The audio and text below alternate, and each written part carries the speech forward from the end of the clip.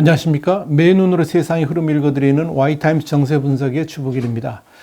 오늘날의 시진핑 권력은 사실 왕치산 국가 부주석에 의해서 완성되었다 해도 좋을 정도로 이렇게 시진핑은 절대적으로 이 왕치산의 의지를 해왔습니다. 특히 이 왕치산은 2012년 시진핑이 주석에 취임하면서부터 권력 서열 1위하고 6위로 만나가지고 시진핑의 권좌를 든든하게 다지기 위한 반부패 캠페인을 벌여왔는데 이 캠페인을 이끈 사람이 바로 왕치산이었습니다.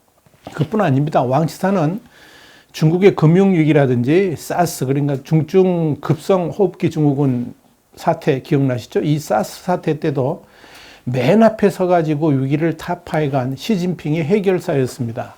그러다가 지난 2017년 당 대회에서 7상8하, 그러니까 67세 밑으로는 잔류하고 68세 이상은 은퇴하는 이 7상8하에 걸려서 은퇴를 했습니다만은 시진핑 그를 다시 불러내가지고 이듬해 3월에 의전서열 8위의 국가부주석으로 부활시켰습니다. 그만큼 시진핑에 있어서 왕치산은 입속의 혀와 같은 오른팔로서 시진핑의 앞길을 개척해 나갔다. 이렇게 봐야 될 것입니다.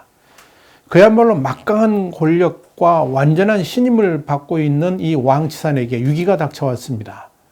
그런데 좀 조짐이 그게 웬만한 태풍 정도가 아니고 아예 지진에다가 엄청난 해일까지 동반할 정도의 먹구름이 가득합니다. 위기가 보통 위기가 아니라는 의미죠. 참으로 그런데 이 아이러니한 건 뭐냐면 이 반부패 캠페인에 선봉에 섰던 왕치산의 수족들이 바로 그 부패 혐의로 체포되고 있다는 점입니다. 지난 10월 2일에는 왕치산의 수족인 푸정화 전 사법부장 장관이죠. 이 사법부장이 체포가 됐습니다. 그는 이 왕치산이 베이징 시장을 할 때 공항국 부국장을 지낸 인물입니다. 지난 10월에도 왕치산의 집사였던 둥홍이 이게 중앙순시조 전문위원이었는데 이 둥홍이 낙마를 했습니다. 또한 런추창 전 유하나그룹 이사장도 부패 혐의로 18년형을 선고받았습니다. 여기에 지난 10월 13일부터는 중앙기울위원회의 중앙순시조가 25개 금융기구 조사를 시작했습니다. 이 중앙기울위원회의 중앙순시조는 한마디로 현대판 암행허사라고 부를 정도로 무시무시한 조직이죠. 그런데 이들 조직이 중국의 금융기관들을 감찰하기 시작한 겁니다. 이것이 갖는 의미는 굉장히 큰데요. 뭐냐면 바로 그 금융기관들을 총괄하는 책임자, 그러니까 금융부총리가 바로 왕치산이고 그로 인해서 금융기관들은 사실상 이때까지 무풍지대였습니다. 그런데 이번에 전면적인 사정 대상으로 도마에 오른 겁니다. 이런 중앙기울위원회의 금융기관 사찰은 한마디로 왕치산을 때려잡겠다 하는 신호나 다름없다 이렇게 평가가 됩니다. 그 결과가 어떻게 나올까요? 당연히 이 금융기관에 포진하고 있던 왕치산의 수족들이 줄줄이 걸려들 가능성이 아주 높습니다. 자, 이런 왕치산 수족들의 체포 또는 수사에 이어서 또 이제 흥미로운 건 뭐냐면 왕치산의 또 다른 배경이 되어왔던 언론들도 줄줄이 막다른 길로 내몰리고 있다는 점입니다.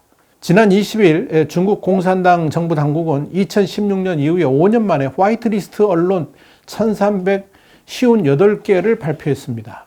중국에서는 이 리스트에 들어야만 포털이라든지 다른 매체들에서 공식적으로 인용되고 또 인터넷에 기사를 게재할 수도 있습니다.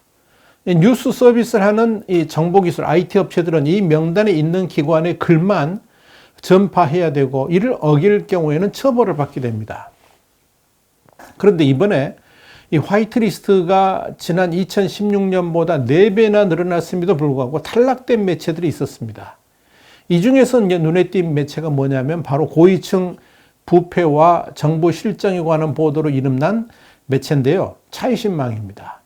이 매체를 운영하는 이가 누구냐면 바로 중국에서 가장 위험한 여인이라고 별명을 얻고 있는 기자 출신의 후수리입니다. 흥얼다이, 그러니까 혁명유공자 2세대인 후수리는 중국 공산당 고위 관료의 비리 관련 기사를 잇따라 보도하면서 2014년 아시아의 노벨상으로 부르는 이 라몬 막사이사이상을 수상하기도 했습니다. 그런데 여기서 이 눈여겨봐야 될 게 뭐냐면 바로 그 후수리의 뒷배가 누구냐? 왕치산입니다. 사실 중국과 같은 이런 언론 환경에서 차이신망이 거침없이 폭로를 이어갈 수 있었던 것은 그 뒤에 왕치산이 있었기 때문에 가능한 일이었죠. 특히 왕치산이 반부패 캠페인을 벌일 때 차이신망이 먼저 폭로 보도를 하면 그 다음에 왕치산의 중앙기울위원회가 조사에 나서는 형식으로 상당히 공조를 한 겁니다. 그러니까 차이신망은 사실상 중앙기울위원회와 손발을 맞춰가지고 반부패 캠페인을 이끌어갔다 보시면 됩니다. 그 당시 주로 차이신망의 폭로 대상으로 오른 이들이 누구냐면 저윤캉이라든지, 저윤캉은 전 중국 공산당 중앙정치국 상무위원이었죠. 그리고 장쩌민 전 국가주석의 아들인 장맨홍, 상하이 과학기술대 총장, 뭐 이런 사람들, 그러니까 상하이방의 거물들이 주로 폭로 대상이었습니다. 그러니까 시진핑의 정적들이었다는 이야기죠. 또 하나 흥미로운 점은 바로 이 차이신망을 비롯한 차이신 미디어의 일부 지분을 알리바바의 핀테크 계열사인 엔터그룹이 보유하고 있었다는 점입니다. 이 차이신 미디어는 인터넷 신문 차이신망, 그리고 주간지 차이신 주간 등을 갖고 있습니다. 그런데 이 마인에 대한 중국 공산당 정부의 탄압이 시작되면서 이 지분은 모두 처분하게 됩니다. 결국 알리바바의 차이신 미디어 지분 처분은 사실상 왕치산, 그리고 후수리, 마인으로 이어지는 개혁파 세력에 대한 시진핑 주석의 경고라는 게 이 중화권 전문가들의 분석입니다. 왕치산의 미래는 어떻게 될까요? 자, 상황이 이렇게 전개되다 보니까 왕치산은 그야말로 넙죽 엎드리고 있습니다. 올해 4월에 모아우 포럼에 나타난 왕치산은 이렇게 말을 했습니다. 내 역할은 임시사회자입니다. 임시사회자 역시 꽤 중요합니다. 시진핑 주석이 치사 순서를 알려야 되기 때문에 그렇습니다. 우리 중국, 우리 주석에 대한 높은 존중을 보여줍니다. 이런 말을 했습니다. 사실 왕치산은 시진핑을 넘어설 꿈은 꾸지도 않았죠. 그저 자신에게 주어진 권력으로 최선을 다해서 시진핑을 보필했고 그의 앞길을 개척해온 존재다. 이렇게 보시면 됩니다. 그런 일을 강력하게 추진하기 위해서는 자신의 인맥들을 만들고 또 키워왔을 뿐이죠. 그런데 반부패 캠페인이라는 사정기관의 막중한 일을 하다 보니까 그 권력이 크기도 커졌고 그에 비례해가지고 이 왕치산을 우러러보는 공산당 내의 세력들도 많이 생겨났습니다. 시진핑으로 가기 위한 또 하나의 줄이 생긴 셈이죠. 시진핑은 지금 자신의 권력에 조금이라도 걸림돌이 될 가능성 있는 존재들을 하나둘씩 제거해가고 있습니다. 특히 자신만의 계파라든지 세력을 가진 이들은 무조건 배척을 해가고 있습니다. 중간 지도자를 용납하지 않겠다는 의미입니다. 그러면서 온전히 자신만을 향해 충성하는 시진핑파, 다시 말씀드려서 시파를 만들어 가려고 하고 있는 겁니다. 공산당의 뿌리부터 완전히 새롭게 만들어 가겠다. 그래서 장기 집권을 하겠다. 이런 의미죠. 왕치산은 이미 힘을 잃었습니다. 토사구팽 당한 겁니다.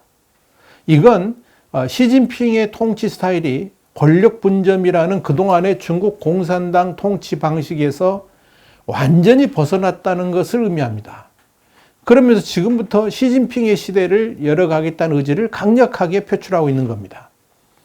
이런 관점에서 왕치산은 아마도 내년 초쯤이면 자연스럽게 이 권력 재구성이 이루어지면서 완전히 뒷방 늙은이 취급을 받게 될 것으로 보입니다. 그나마 그렇게라도 대우를 해준다는 것은 한때의 오른팔로서 예우를 해준 것이다. 이렇게 보면 될 겁니다. 물론 최악의 경우에는 10월부터 펼쳐지는 금융기관 이 사정 결과를 들이대면서 왕치산 또한 부패 혐의를 씌워서 숙청하게 될지도 모르겠습니다. 중국에서 왕치산이 숙청 대상으로 오른다는 것은 엄청난 공포 통치 시대가 열렸다는 것을 의미합니다. 아무리 시진핑의 온몸 다해서 충성을 해도 자신의 세력을 형성하는 기미가 조금이라도 보인다 그러면 곧바로 사정 대상에 오를 수 있다는 경고를 한 것이기 때문에 그렇습니다. 지금 중국은 시진핑 집권 이전인 짱저민 그리고 후진타오 집권기까지 모두 들여다보고 있다고 합니다. 그 시기에 권력을 배경으로 해가지고 힘께나 썼던 사람들의 연줄을 다 파악을 하고 있다 하는 이야기입니다. 이와 관련해 가지고 베이징 대학교의 청렴정치연구센터의 쥐앙더수이 부주임은 이런 말을 했습니다. 관영 매체 글로벌 타임스하고 인터뷰에서 그런 말을 했는데요. 당국이 반부패 전쟁 다음 단계로 20년 전까지 거슬러 올라가서 과거 사례 조사에 초점을 맞출 것으로 전망된다. 이렇게 말한 겁니다. 이미 북부 내먼구 자치구에서는 이미 지난해부터 지난 20년간의 석탄 산업 분야 부패 조사를 진행 중입니다. 이런 일련의 작업은 중국 공산당의 고위직을 점령하고 있는 모든 인물들의 뿌리까지 파헤쳐서 시진핑 자신에게 대항할 수 있는 반란의 세력들을 완전히 제거해버리겠다. 이런 야욕을 노골적으로 드러내고 있다고 봐야 할 것입니다. 자신의 오른팔이었으면서도 태자당의 뿌리였기 때문에 그 휘하에 자신에게 대들 수 있는 세력을 둔 왕치산이 사실 반면 교사가 된 셈입니다. 이 모든 일들은 내년 가을에 있을 중국판 대선이죠. 20차 당대회를 앞두고 권력의 재분배가 시작되었다는 것을 의미합니다. 그런데 5년 전에는 순정차의 정치국 위원이 낙마를 했습니다. 그렇다면 2022년의 권력 재분배에서는 누가 시진핑으로부터 버림을 받게 될지 현재로서는 왕치산이 될 가능성이 아주 높아 보입니다. 공고진주라는 말이 있습니다. 공이 높으면 황제를 불안하게 한다. 그 말입니다. 공고진주. 왕치산이 바로 그 토사구팽의 대상인 듯 보입니다. 왜요? 공이 많았기 때문에 그런 겁니다. 와이타임스 정세분석이었습니다. 다음 시간에 다시 뵙겠습니다. 감사합니다.